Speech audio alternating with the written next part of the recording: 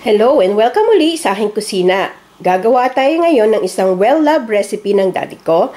Ito ay ang kalyos. And here are the following ingredients. Tripe o tuwalya. So, napakuluan ko na ito for around 45 minutes and cut into small pieces. Yan, na ganyan lang. So, gagamit din tayo ng broth, yung pinagkuluan niya. So, pwede ding water lang. Worcestershire sauce, chickpeas or garbanzos, chorizos, tomato sauce, tomato, onion, garlic, soy sauce, bell pepper cut into strips. Gagamit tayo ng margarine for sauteing, and of course, salt and pepper to taste. So, ang lahat ng ingredients at exact measurements, makikita nyo ang link sa description box. Paki-check na lang.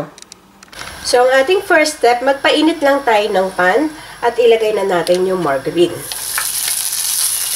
Tunawin lang natin ito.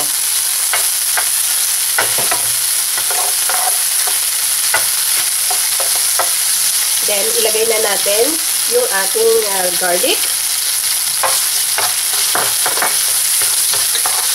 at yung ating onion. So, igisa lang natin to hanggang lumambot yung ating onion. So, ayan. Malambot na yung ating onion. So, isama na natin yung tomato or tomate. So, again, palambutin lang natin ito. So, ayan. Soft na yung ating tomato. So, lalagay na natin yung tripe o yung tuwalya. So, igigisa lang natin to. So, pwede na rin natin ilagay yung chorizo. So, dapat pareho ng size yung chorizo at ang ating tripe. So, igisa lang natin to hanggang medyo magmantika siya or lumabas yung juice ng ating tripe. So, ayan, medyo nagmamantika na or lumabas na yung oil ng ating chorizo. So, ilagay na natin yung broth. Yung tomato sauce.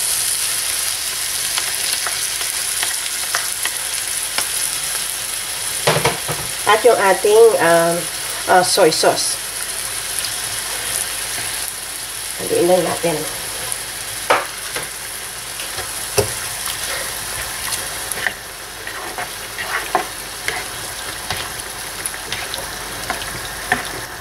So, isisimmer natin to hanggang sa medyo mabawasan na yung ating liquid. Hanggang sa maging parang sarsa na siya. So, balikan natin. So, ayan. Medyo na-reduce na yung ating sauce. So, pwede na nating ilagay yung ating chickpeas.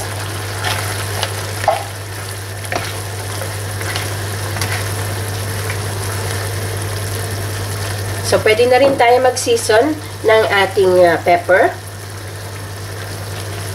At yung ating Worcestershire sauce.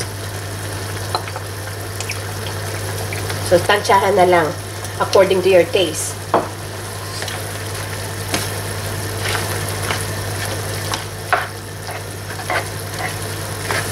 So, yung salt, depende sa inyo kung gaano nyo yung alat na gusto nyo.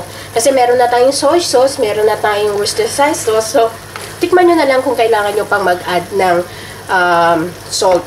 So, isisimmer ulit natin to hanggang sa talagang medyo matuyuan na siya. Then, balikan natin.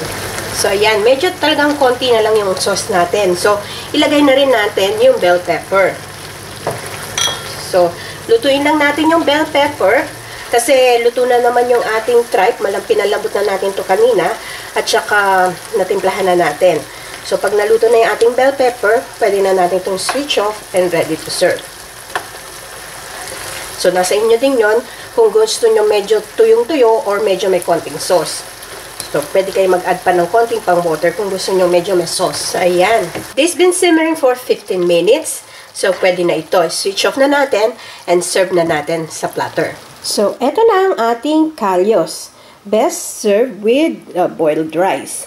So, sana magustuhan niyo itong recipe na ito and share it with your friends. Hanggang sa susunod kong video, magkita-kita ulit tayo. Salamat! Bye!